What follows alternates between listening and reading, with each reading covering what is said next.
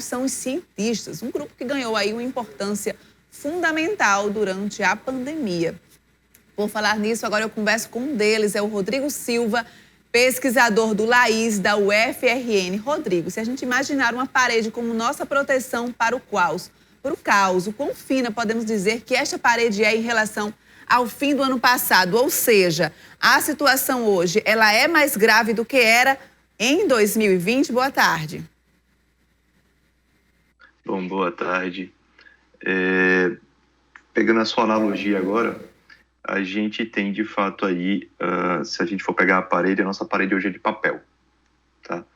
Se eu for comparar o momento atual agora do estado do Rio Grande do Norte com o final do ano passado e com um ano atrás, a gente está numa situação bem pior do que a gente estava antes, em relação principalmente aos novos casos e aos leitos de UTI, né?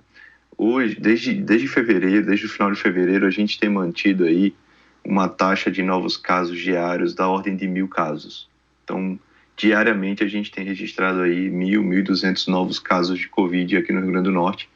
O último dia 10 foi o pior dia de toda a história da pandemia aqui no estado. A gente teve mais de 1.800 casos em um único dia, né?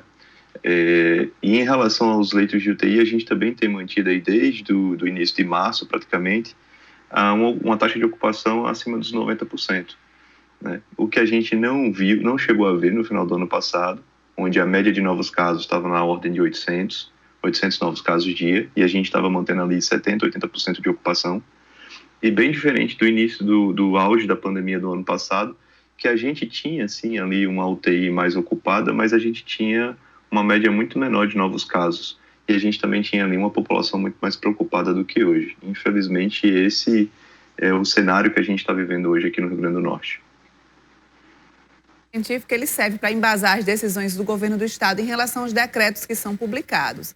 Uma orientação era que, para a liberação das atividades econômicas, essa situação estivesse com 80% de ocupação dos leitos de UTI. A gente vê que a realidade está bem distante. A gente tem mais de 90%, 98%, 99%, praticamente 100% aí dos leitos ocupados, com a fila de espera. Todos os dias a gente noticia aqui no TCM Notícia. Como é que o comitê vê essas decisões do governo, esses decretos que são editados pelo governo do estado?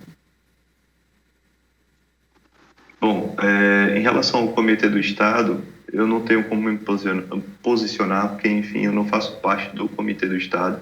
Conheço ali boa parte dos pesquisadores, são excelentes pessoas, excelentes pesquisadores, mas falando como pesquisador daqui do LAIS, pesquisador que tem acompanhado a pandemia desde o início, a gente hoje está muito mais flexível e, até certo ponto, incoerente com o que a gente dizia e discutia no ano passado, né? Quando eu falo a gente, eu falo o poder público.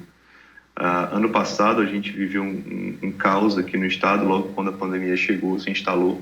A gente teve uma subida muito rápida de novos casos, uma subida muito rápida de óbitos, e a gente rapidamente ali criou padrões a serem seguidos, né? Padrão de flexibilização, por exemplo.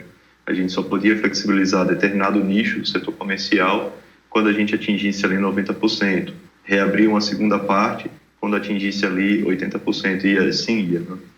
Hoje o governo, o governo que eu falo, tanto o estadual quanto as prefeituras, eles estão um pouco mais flexíveis, um pouco mais mão leve em relação à Covid, né? Mão leve que eu digo de apertar o nó mesmo. A gente hoje está flexibilizando muito mais fácil e tornando tudo muito mais aberto, quando na verdade a gente deveria estar fazendo o contrário.